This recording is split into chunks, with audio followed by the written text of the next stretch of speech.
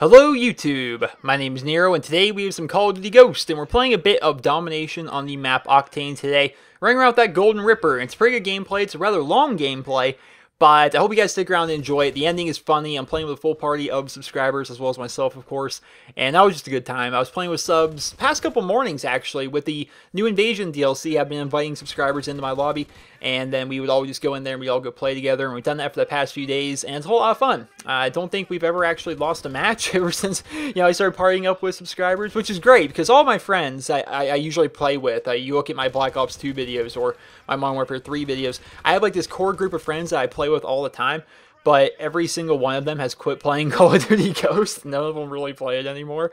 So I've been playing solo pretty much throughout the majority of Call of Duty Ghost, and inviting subscribers in off of Twitter has made that so much fun. I forget what it's like to play in a party in this game. If you play in a party, it's so much more fun. You have people to talk to, you get people to help you out. You're not sitting there in silence and slowly getting more and more angry at the fact that your teammates aren't helping you do anything. When you're playing with subscribers or just playing with friends in general, it's pretty awesome. It's definitely fun, and this gameplay is the result of that. We played this match, I think, about 2 hours ago at the time of recording. This is when I recorded this match. It's a pretty good one. I hope you guys all enjoy that. But let's start talking about the Ripper.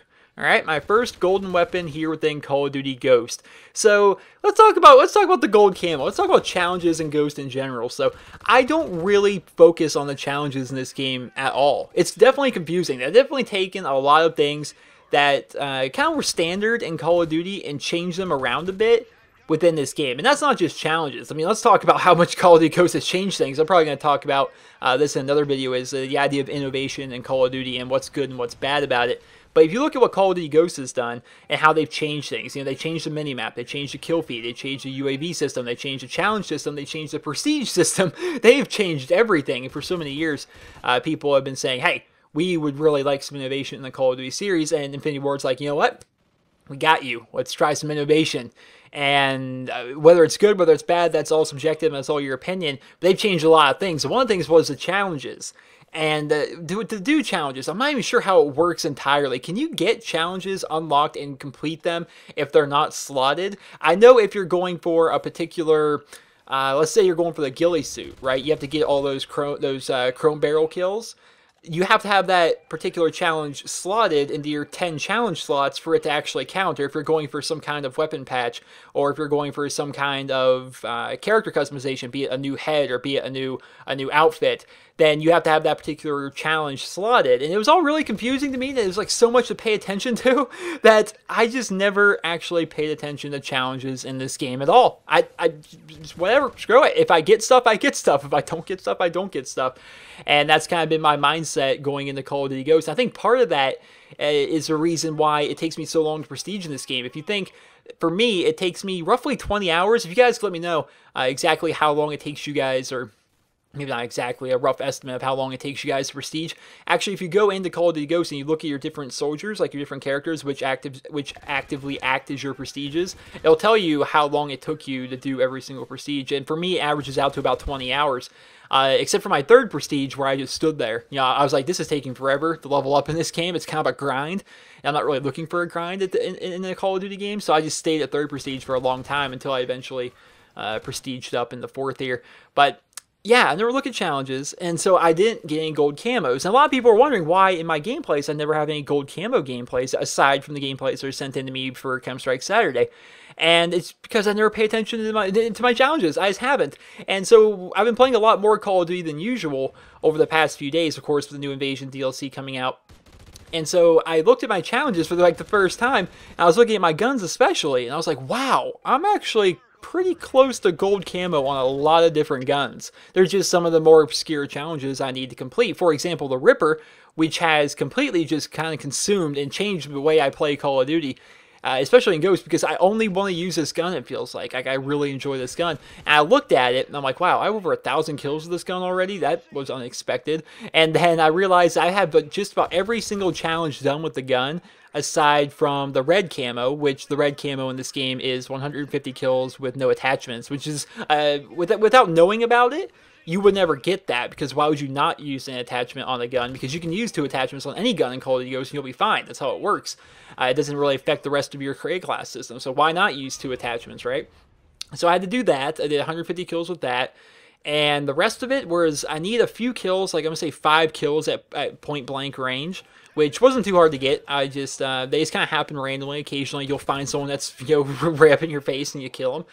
And the other 2 ones were very obscure. They were the leaning and the sliding kills. I had to get kills shortly after sliding and kills while leaning, which were pretty difficult, I'm not going to lie. I definitely had a few bad matches, because everywhere I was going, I was just sliding constantly. Whenever I was able to slide, I would slide, hoping I would see somebody relatively shortly after I was done sliding. And so that was an ordeal. That was a thing. And then leaning kills, goodness gracious. I see a lot of people talking about, they just need to get to leaning kills, or they're trying to figure out the best places to do leaning kills.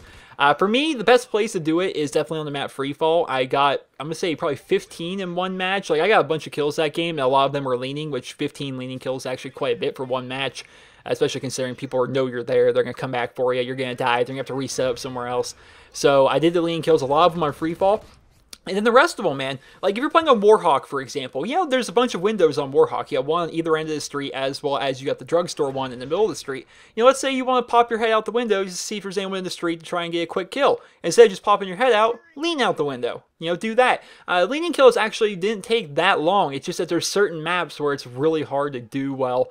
If you're trying to get leaning kills, so that was definitely an ordeal. But I got myself the Gold Ripper. I'm pretty close on the AK-12. I'm pretty close on the K7. I'm also pretty close, I believe. Oh, what is the other gun that I'm really close to? The MTAR-X. That was the one I was thinking of. I'm pretty close on the MTAR-X as well. Kind of like, kind of popular weapons. The MTAR and the AK-12 and the Ripper are definitely, they're definitely popular weapons. But I don't know, I think it's pretty cool that I'm finally starting to get some gold camos here within this game. I've gotten gold camos on like every single Call of Duty game, dating back to Call of Duty 4, which had the first gold camo. If you guys didn't know that, the very first gold camos were actually on Call of Duty 4. And they were a bit different than how they treat in these games, which in these new games, if you think about every single Call of Duty game, the gold camo is a bit different, not just in terms of how it looks, but it's also different in how you acquire the gold camos in every single game. So in Call of Duty 4, the first gold camos, you unlock them. There's only 5 guns that you can have gold camo on. It was the AK-47, the Mini Uzi, the M60 light machine gun, the Dragunov sniper rifle, and the M1014 shotgun. So basically for every weapon category, only one weapon out of those weapon categories could become gold.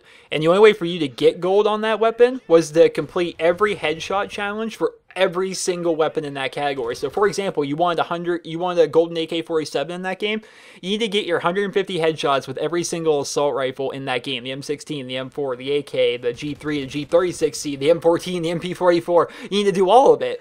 And that will unlock you the gold camo for your AK-47. It took a long time, but fortunately for me, as well as everybody else, there was the 1v1 game mode cage match where they would play you on small maps. It was a 1v1 environment, and people would just go in there and boost headshots with each other. Like no one ever actually played cage match to 1v1. They always went in there with the mindset of, hey, you ready to do? You want to boost? We're gonna do some headshots, and we would. Me and my brother and me and some of my friends back in 2007, we'd boost headshots with each other to get our gold camos. And Modern Warfare 2 didn't have gold camo. Then Black Ops was the newest gold camo. And well, the next gold camo, and you got that via the COD point system. So you had to be 14th prestige at a minimum, and then it cost 50,000 COD points, which was like an in-game currency that you acquired from completing challenges and doing different things. And yeah, you just buy the gold camos for your guns, which is pretty neat. I mean, I have so much COD points that game. I'm close to 1 million COD points on Black Ops. I'm still going to go for it. I'm still going back to Black Ops at some point. And I'm going to try and get myself up to 1 million COD points. I'm at like 950,000 or something. But I have tons of COD points, and I've already bought a gold for every single weapon in that game, even the weapons I don't use.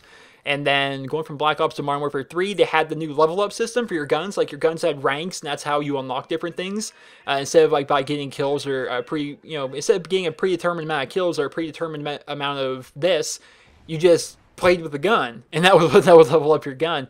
And once you got it from 30 to 31, which took forever, you would get gold camos in that game. Then Black Ops 2, you had to complete, what was it? How exactly did that work? Was it a certain amount of kills, and then you had to do... No, it was 100 headshots, right? Forgive me, because it's been a while since I've unlocked gold camos in Black Ops 2.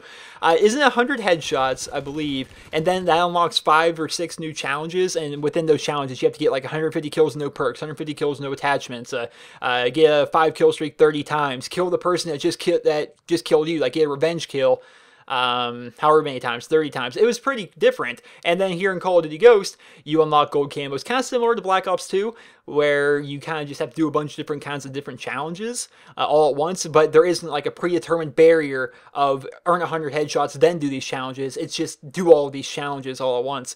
I like it. I like gold camos. I like adding new layers, kind of making Call of Duty a bit more deep in that and trying to do different things to unlock different kinds of stuff. It's rewarding, and I think it's one of the reasons Call of Duty does so well is they have a very deep multiplayer, and with different things like this, like the idea of gold camos, there's always something for you to work towards in this game. The thing that could kill off a game, and this might be especially true for Titanfall, is there's always something in Call of Duty to do. There's always some new challenge, you know, there's always something next. There's always something to look forward to, something to keep striving for. And if a game doesn't have that, it's pretty difficult for that game to be successful, but Call of Duty does it well. And that is about all I have to say about gold camos. I guess I've already ran over the gameplay, but either way, I still hope you guys all enjoyed this video. And let me know in the comments, what guns in Call of Duty Ghost do you guys have golden? So like I said, I've gotten the Ripper Gold. I'm pretty close on the AK-12, the K7, and the MTAR-X. And maybe some other guns. I don't know. I haven't really looked at a lot of them. I'm going to try and get gold guns because it's a fun challenge. It's something fun to do, and it forces you to use different guns than you usually would, which in my case, all I ever want to use is the Ripper because that gun's really, really fun. So I hope you guys all enjoyed this video. And if you did, please be sure to leave a rating. And of course, let me know in the comments what guns you guys have gold. I hope you guys all have a wonderful day.